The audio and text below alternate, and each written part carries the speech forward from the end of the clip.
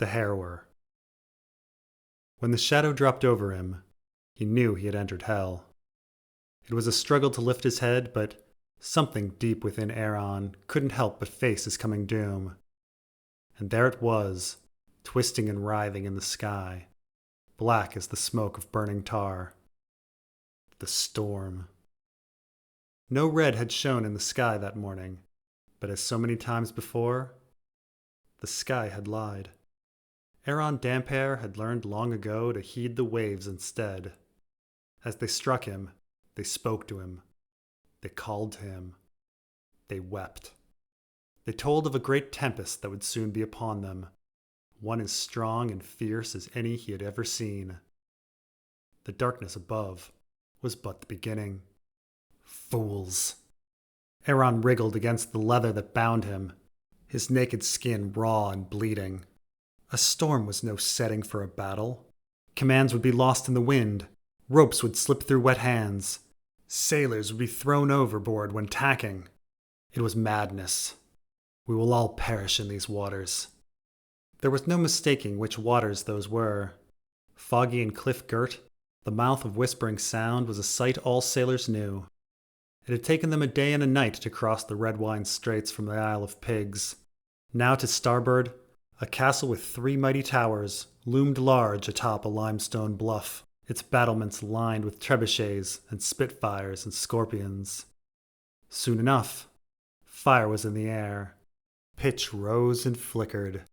But the distance was too great, Aeron knew. His brother's captains were giving the cliff a wide berth.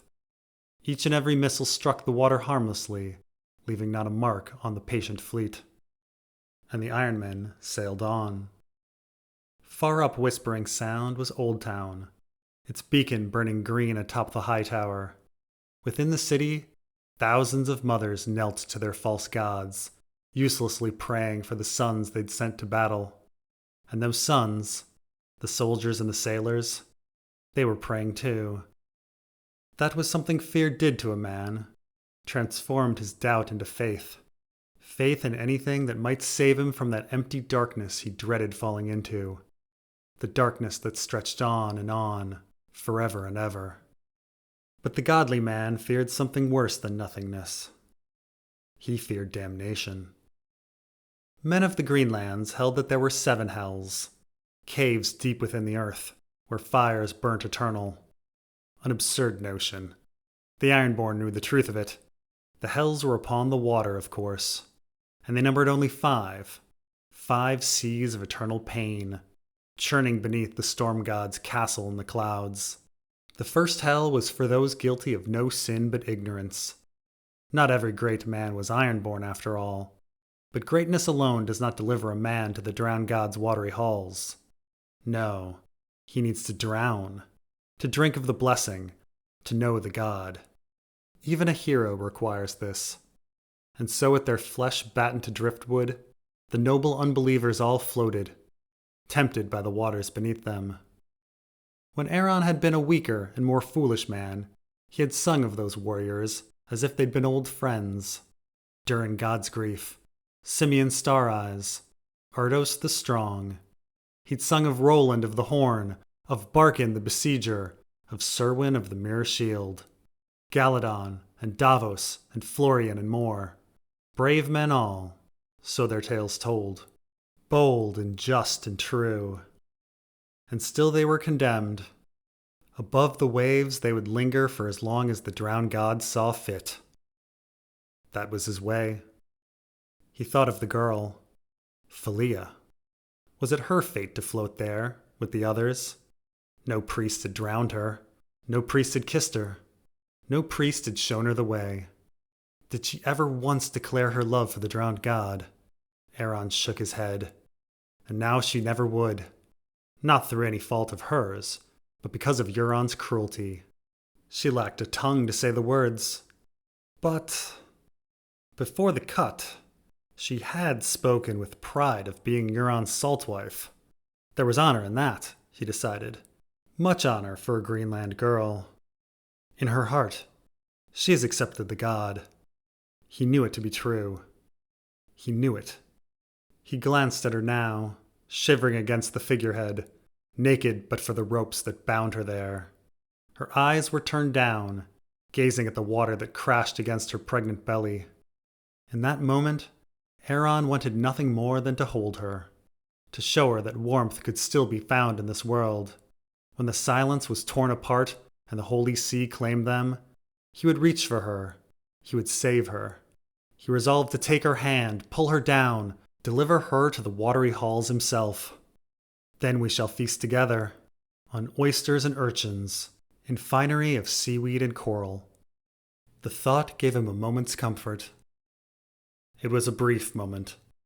A ship's form emerged from the mist that lay ahead. Then another.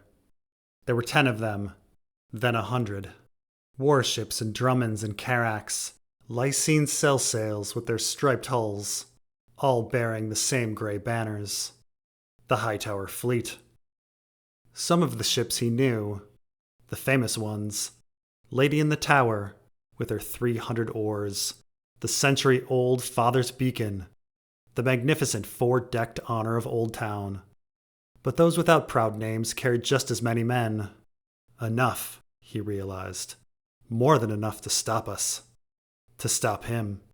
In fact, the Crow's-Eye's fleet was modest by comparison. Mostly longships, cogs, and fishing boats. Other than a handful of carracks and one great cog, his ships were dwarfed by his opponents. Euron's true strength at sea was the Iron Fleet, but he had sent it east, thousands of leagues from here, so that Victarion may beg a sorceress for her demons. And the rest of the Ironborn? Amongst the banners, Aeron saw the 10 nooses of mire, the silver fish of cod, the bloody moon of winch. But where were the others? There was no scythe of Harlaw, no drowned man of Sunderly, no bonehand of Drum, no Volmarks, no Botleys, no Tawneys. They must have abandoned him. His mind is wine-rotted. His ravings drove them away. But without them, how had he ever hoped to win this battle? A drop fell upon the Dampire's brow. Rain. The second hell's curse. There resided the innumerable rabble, Greenland men and outlanders, with few great deeds to their names, if any great deeds at all. The Sea of Rain was the largest of the 5 by far, for all the dead of the 7 kingdoms and all the vast lands beyond must gather there. They were as clear in his mind now as the droplets before his eyes. Larathi and Lyseni, Northmen and Norvashi, Dothraki and Dornish, all joined together in the downpour.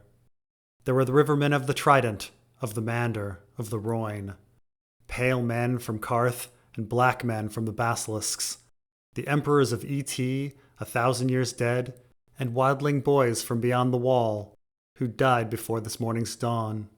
Each had floated their own strange vessels, rafts and skiffs, swan ships and pleasure barges, dugout logs and shells made from skins.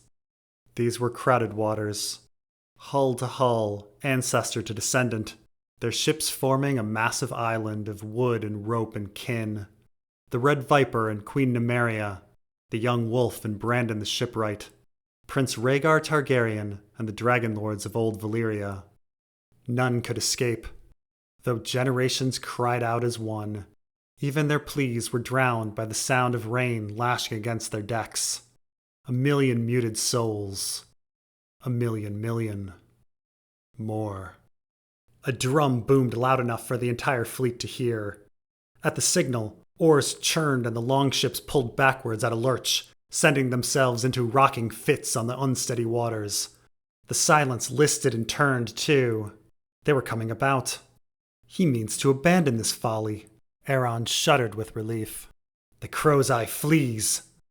But as the ship turned further, the breath caught in his lungs. Now he could see back the way they'd come. The mouth of whispering sound, the only place to flee. And they could not. More ships were there already, sailing in from the east.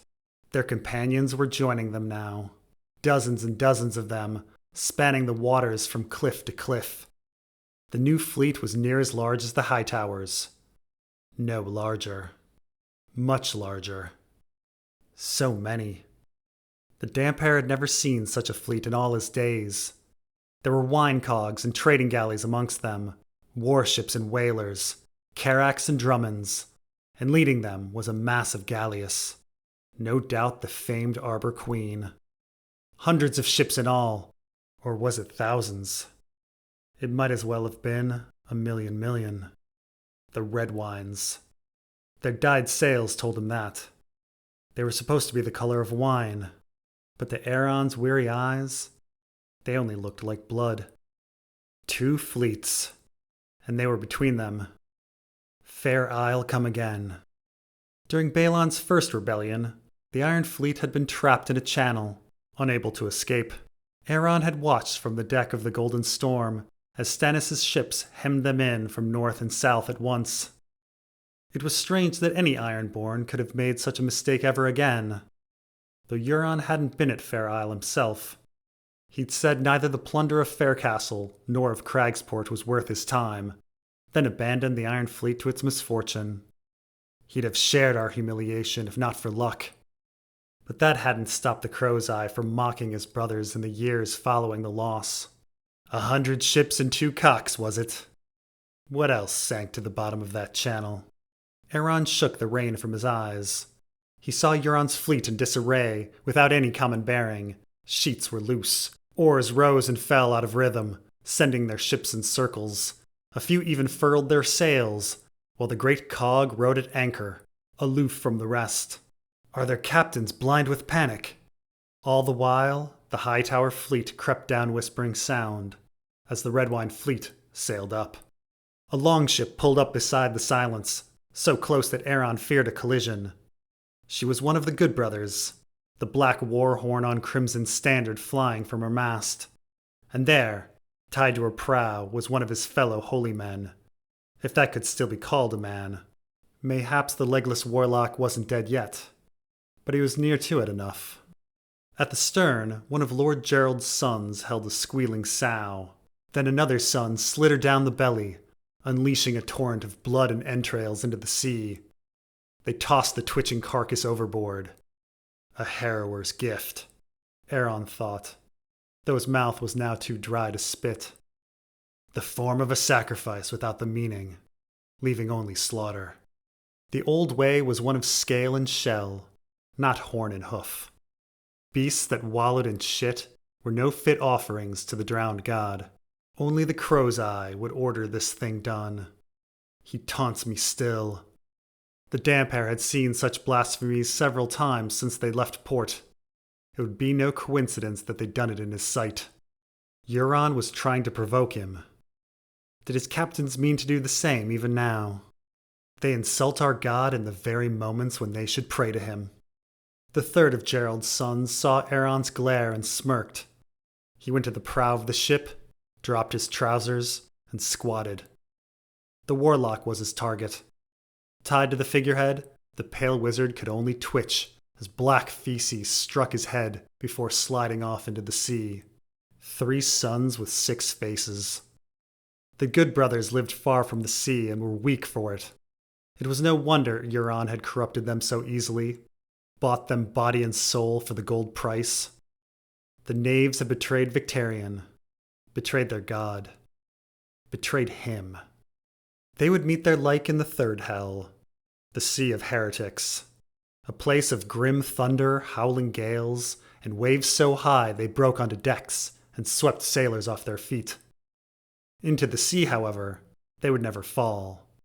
No, somehow every man found himself back on deck, a desperate task before them that would forever stay undone. The Ironborn's wicked forebears all toiled there, enduring punishment in proportion to their crimes. Urathon Badbrother was amongst them, trying to raise his mast. But the winds were always knocking it down, making him begin again and again and again. Wulfgar the Widowmaker was at the stern of his longship, trying to grasp a bladed tiller that whipped about in the storm, slicing endlessly into his drowned flesh. And Oathgar the Soulless was tangled in a heap of his anchor's rope, desperately searching for the bitter end he would never find. A voice cut through the wind and rain. "Are you praying, brother?" It came from above. Aeron could not see him, but Euron's words were clear enough. Loud as a rusted hinge. "We are going to die," the damp hair managed. "Die?" Euron asked. "Don't you profess that what is dead can never die?" With every word he mocks the drowned god. "It's in the afterlife that we live forever. In this world, why wait?" The question came sharp as thunder. "Did you know, in the first days of Karth, the milkmen had no records? The maesters would have called them savages. No paper, no runes, no chalk to scribble with. Ah, but they had something else. Something far better. The trees. And the wine. Some of them were even brave enough to drink it." Aeron remembered what the vile liquor had made him see. Longships. Fire. Blood. "Not brave. Deranged. As deranged as you." "Enlightened," he corrected. "The ones of old, at least. I cannot attest to the sense of your former cellmates. Mothers coupling with sons is known to spawn weaklings and idiots. But before the age of purity, and even before the city first fled underground, the warlocks ripped the Kahls from their eyes. They learned to think each other's thoughts, pray each other's prayers, live each other's lives. They had but one heart among them, an undying heart. And that heart took them all in, all they were. All their magics and sorceries, all their myths and legends. It embraced them, and vouchsafed the fulfillment of their desires. Forever. I have no desire for myself, only to serve my god." Oh, they found their god as well. As much of a god as any man can hope to find. Certainly more than you. It's not what you think. It's no drowned man, no goat, no pale child. No. Of all things, it's a swarm, buzzing with prayer. Countless voices flying about, living on and on in... The crow's eye drifted off, then laughed. A laugh that seemed to roll across the sky. Well, whatever it was, she destroyed it. A high-tower Drummond was bearing down. In a minute, the battle would be joined.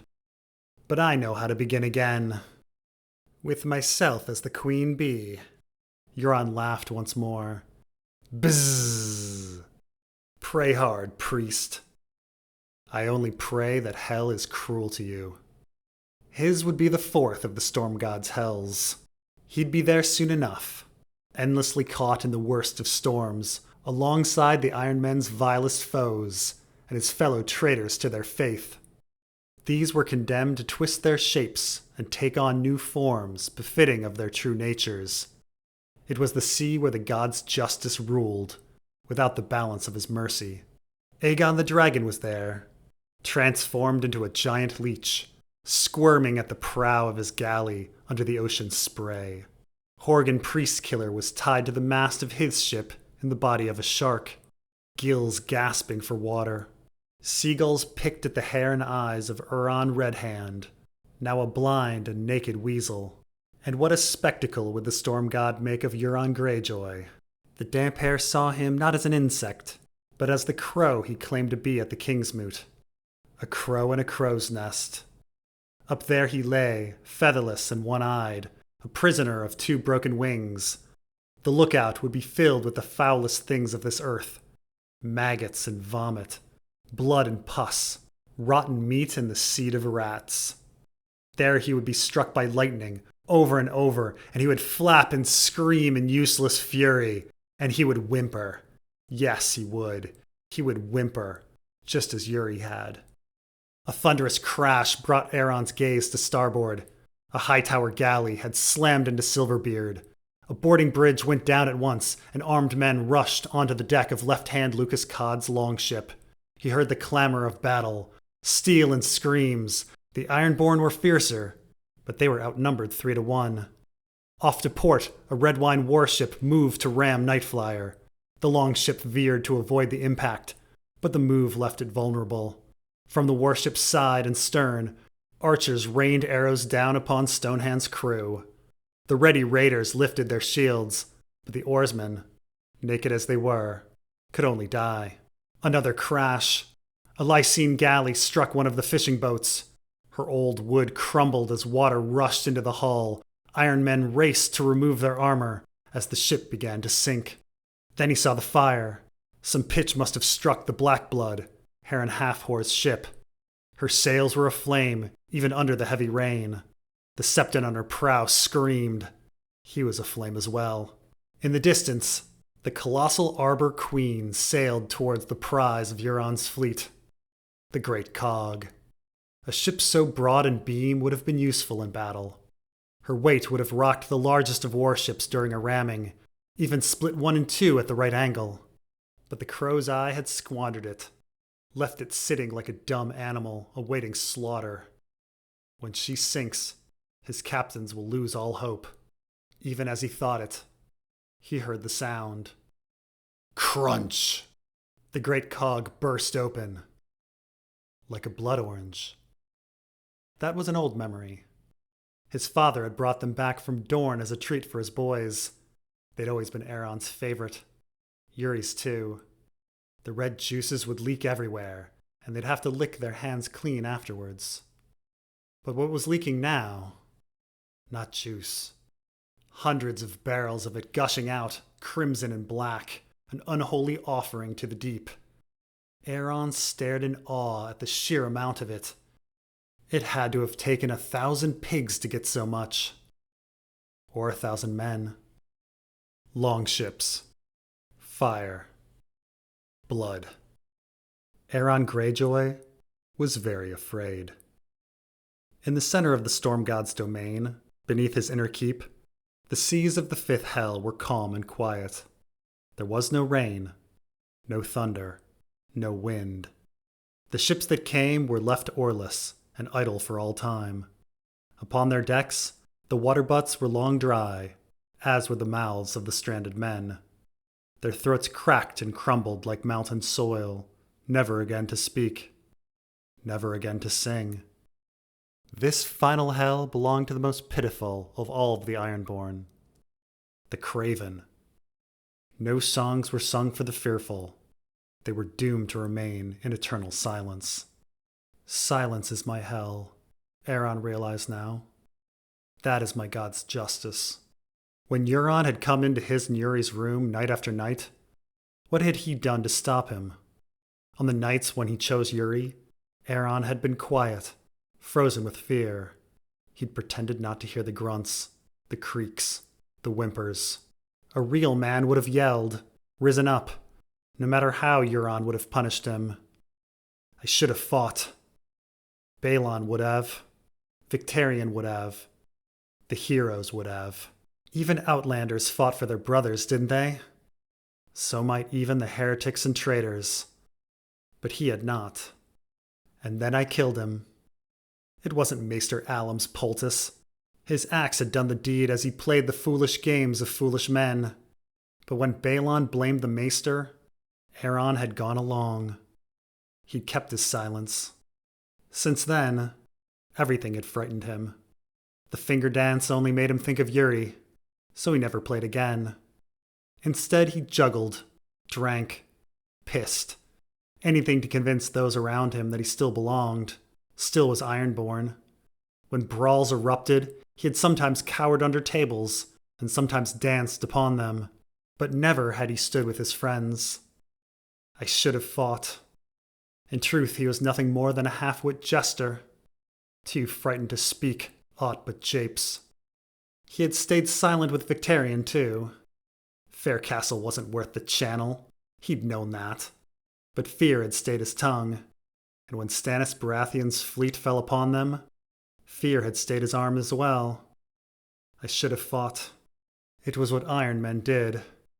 Instead, he'd stripped off his armor and leapt into the sea.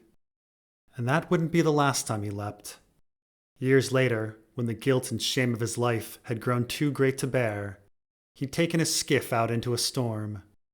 When he jumped over the side, he'd given his life to the waves.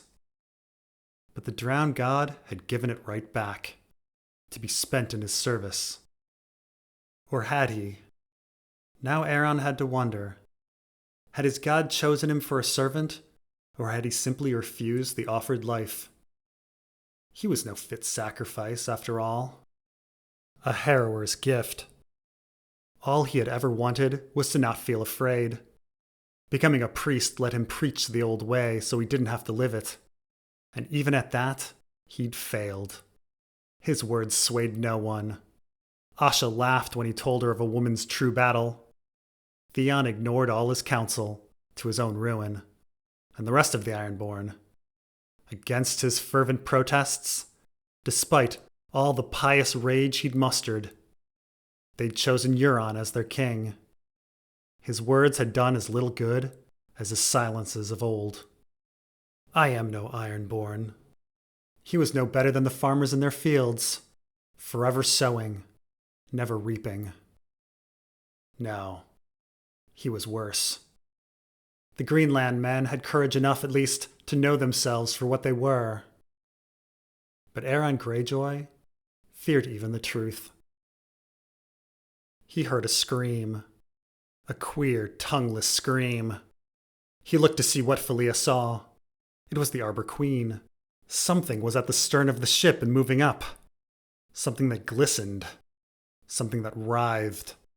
Red-wine men scrambled for the prow, pushing and shoving each other, some jumping overboard. Along the starboard side, another arm shot up from the water, flailed about, and latched onto the gunwales. Then there was a third arm, huge as the others, coiling about the main mast. Something beneath the waters shifted, and all at once, the Arbor Queen capsized. Everything fell to starboard. Ropes, barrels, men. Hundreds of bodies tumbled over the side like so many peas off a tilted plate, given to the blood-red sea below. Those in armor sank at once. The rest struggled and flailed for their lives, but as many as they were, they only pulled one another down. Other things pulled them too. More arms. They slithered over the surface like sea snakes. Then, in an instant, a man was dragged to the depths, his screams swallowed by the salt water. Aeron blinked and saw another man vanish. Then another. And then another. When he pulled his eyes away, he saw that the chaos was all around him. Ships tacked in panic. Too fast! They forget the storm! Sails were taken aback. Oars snapped like kindling. Some ships turned downwind without easing their sails. Their noses were quickly buried in the water's mighty troughs, knocking their sterns up violently. Others heeled too far, and the waves caught their sails. Ships overturned and ships crashed. Red wine into red wine. High tower into high tower. Lightning lit the sky. For a moment, Aeron could see the monsters swarming beneath the surface, the tangled nightmare of arms and eyes and death. And they'd only just begun to feed. A tentacle rose to grasp the prow of a Lysine galley, and as quick as that, her deck went below the waves. Another monster's limb thrashed at the side of a red wine warship until it broke through the hull and the sea rushed in. A high-tower Drummond creaked and groaned under the pressure of a half-dozen arms, until she finally burst to splinters. The 300 oars of a great striped galleass rose and fell with fury, her sails tight in the wind. Still, she only moved backward. One of them had her. Her oars began to break, then her masts, and her sails took to the sky like kites. Aeron saw knights on decks hacking at the grasping arms as they rose over the gunwales. The monsters bled, but they didn't stop. Tentacles wrapped around the men and hugged them tight, till blood oozed out through greaves and helms. To port, a monster swam near the surface, its body the size of a whale's. Long limbs gathered and whipped, sending the thing across the sea with impossible speed. But the greatest terror was the wake it left behind. Ships on either side of it were pulled into the steep troughs and capsized. Easy pickings for its hungry brethren. They were being butchered. One monster hoisted a fishing boat high, its sailors falling a long way into the water. Another plucked masts from a warship like feathers from a bird. A third sheared the prow of a Drummond right off, with a sickening crack. Torwald Brown-toothed longship was lifted out of the water, her oars striking only air, except a few slapping haplessly against a tentacle. With a heave, the ship plunged back down, sending a torrent of water skyward. When she settled, the longship had turned turtle. To starboard, a monster's arms were tangled in the rigging of 3 winecogs. The beast spun all the ships about like a reaver wielding a triple morning star. Men flew from decks in all directions before the ropes finally snapped. "Make it stop," Aeron prayed, not for the first time. "Make it stop. Let me die." And there it was, thick as a barrel, a tentacle creeping up the prow of the Silence, suckers attaching and releasing as it went. For a moment, Aeron thought he would be smothered by the thing, but instead it made its way between him and the girl, covering the mouthless figurehead. Philia did not cry out. She had fainted long before. He found he could not scream either. Once again, fear had taken Aeron's voice. He could do nothing but feel the arm as it slid next to him, slimy and cold and terrible. There were bits of congealed blood speckling its gray skin. It pulsed beside him, like a beating heart. Then it stiffened. Its skin took on a purplish hue, and Aeron heard cracking all about. Thunderous cracking. He saw mutes and mongrels take to the water as the ship quaked. Boards burst all around him. The tentacle was digging into the prow that bound him. All at once he was in the air. But he had not been freed. The arm was wrapped around him too tight to take a breath. He found himself looking at the sky, the water, whichever direction the monster waved him. He was dizzy and sick and dying. Then he saw its mouth. Where the arms all met, the flesh was white, pale as a corpse in the light of the moon. Within were its teeth, a circle of them, black and pointed, like 1,000 ravens' beaks. They moved and wiggled as the mouth grew wide and wider still. In all his years, he had never imagined something so alien or so terrible. The face of the Kraken. The last thing he would ever see. "Save me," he prayed. The beast twitched and let out a squeal, and Aeron Greyjoy fell into a bath of blood, into the sea. Finally, he was passing back into the hands of the drowned god. But all he could think was, a Harrower's gift.